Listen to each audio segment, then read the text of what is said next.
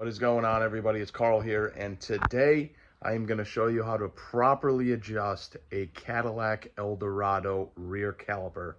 And I'm going to show you the simplest way to do it.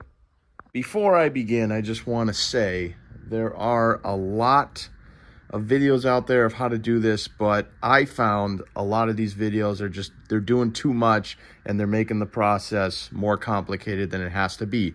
So I have one caliper on here on this 10-bolt GM rear end, and these calipers are popular because they have a built-in e-brake, and so they pretty much throw all these calipers in these rear end kits, right? If you want to do a drum brake to disc brake conversion.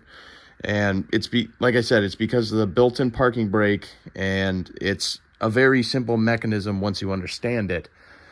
And like I said, there's a lot of videos out there that are just making the process too complicated, but there was one video I found, and the way the guy did it, it is a lot easier to understand. So I got my caliper over here, and what we're going to do first, we're going to take out the pads, and then we're going to get the piston.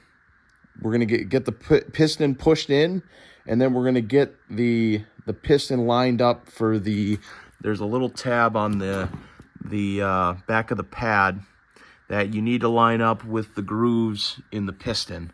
And so we're going to get that lined up straight, and then what we'll do is bolt it on the car, and then that's where we're going to do all of the adjustments. So to get the pad all the way pushed in, first thing you want to do is you're going to take off the emergency brake spring. So there will be nothing holding the emergency brake lever back, right? So we're going to take that off, and then what you're going to do is you're going to find, this nut happens to be 11/16, and then you're going to take this nut off, take the lever off, and take those washers off. And then I'll show you once I do all that, what the next step is here. So once you get those off, depending on the side of the caliper, determines which way this bolt will turn, right? And it'll get sucked into the caliper.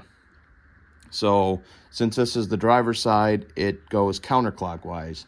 If it was the passenger side, it's going to be clockwise. So when you turn this into the caliper, this is going to loosen it up, and this is going to let you push your pad in, right? Obviously, I'm going to be using a caliper tool. You can find these pretty much at most auto parts stores, and we're just going to push the piston in just a little bit. And then sometimes when you get these kits too, they have different attachments, ones with pegs and stuff, and that we're going to be using, and that's how we're going to turn the piston to align it. So I want to use this slot up top. If you look here on these calipers that I got, this slot right here is a little deeper than all the other ones. And I found on the other caliper that one fits this peg a lot better, because you can see there's, that peg sits up a little kind of tall there, and I feel like these other ones don't really have that much room, and so your pad's not going to sit completely flush. So I want to use that one. So what we can do is we can use the caliper tool and just spin it. But you want to be careful when you spin the piston. You have to be careful of the seal or the boot, because it will twist up on you and crinkle. And it may take a few times to get. You might have to slowly rotate a few times and then turn it back a little bit to get the seal to kind of sit right again. Because you don't want to risk cutting the seal on, these sharp edges here. You really do not want to do that, because then you're in for a bad day. So I'm going to get this piston turned, and then we'll get it pushed in, and then we'll assemble the lever and nut again, and then we're going to go mount it on the car.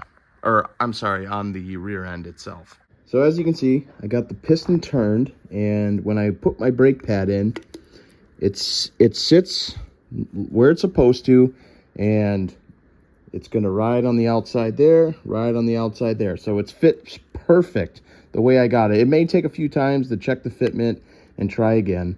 Don't worry. But this piston actually turned really well. The seal wasn't getting caught or anything, so I'm pretty happy about that, because that other one was like a POS, or a SOB, as they say.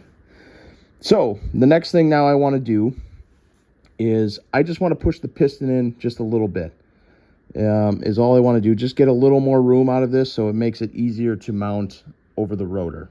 Once you get it compressed to where you want it, what you're going to do is you're going to spin this bolt back out. So as you can see it was in like this. Now I got it spun back out. So that's going to lock in where the piston position is going to sit. So now what we can do is we can reinstall the lever and just bolt it on, and then we'll put the pads in, and then we'll get it bolted on. Once you get the caliper mounted on the bracket and everything, and the rotor and all that, I recommend using a lug nut just to hold the rotor in place so it doesn't move around. And then what we're going to do is we're going to take off this lever again with the washer.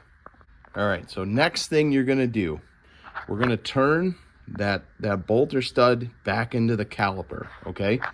And then what we're going to do is we're going to jam a flathead screwdriver in between the pad and the rotor. So what we're going to do is we're going to push the piston in again until we start to see that nut come out and we're able to get a wrench on it. Once you get the screwdriver in, you'll see that the nut is starting to come out and we're able to at least get a wrench on it. So when you have the nut visible again, when it's fully sucked in, you're going to turn it to the in the direction that it sucks in, right? Because now that's going to spin the bolt that goes inside the piston, and that's going to readjust this position of the nut. So from looking at it, looking at the lever here, so you're going to use kind of the lever to figure out where you got to go. So when it's fully out, that's resting position, right? So assuming we're sitting right here, you see how we still have a gap? We're just going to have to turn that just a little bit more, and then we're going to check again and see if we have to go back or just a little more. And then what we'll do is we'll mount, once we get it to the position we want, we'll mount the lever back on. We'll take the flathead screwdriver out, and then that's how we're going to get the position of the pads. Like so, I'll show you in a sec. All right, it took several tries, but I got it to where I need it for the lever to where the lever's got to sit. So next thing is we're going to bolt the lever back on, and then I'm going to show you how we adjust where the brake pads are going to sit. Once you get the lever placement where you want it, and so now your pads are all loosey-goosey, what you're going to do is you're going to go find a vice grip. So I got one right here. This is just to make it easier to move the lever, but we're going to cycle the lever because this is going to draw the pads back in, and then that'll push the pads close to the rotor, and then you should be good. And then in the end, you should have only about a 1/4 inch to an 1/8 inch of play between the lever and then pretty, like of just slop, if you get what I'm saying. That's all you should have. And because if you don't have that, and if your pads aren't engaging, up until say halfway the lever, you're just going to have a low pedal or a spongy brake, and it's just not going to do you any good. So that's how you adjust these calipers. Thanks for watching, everybody. Please leave a like, comment, subscribe. I'll see you guys in the next one.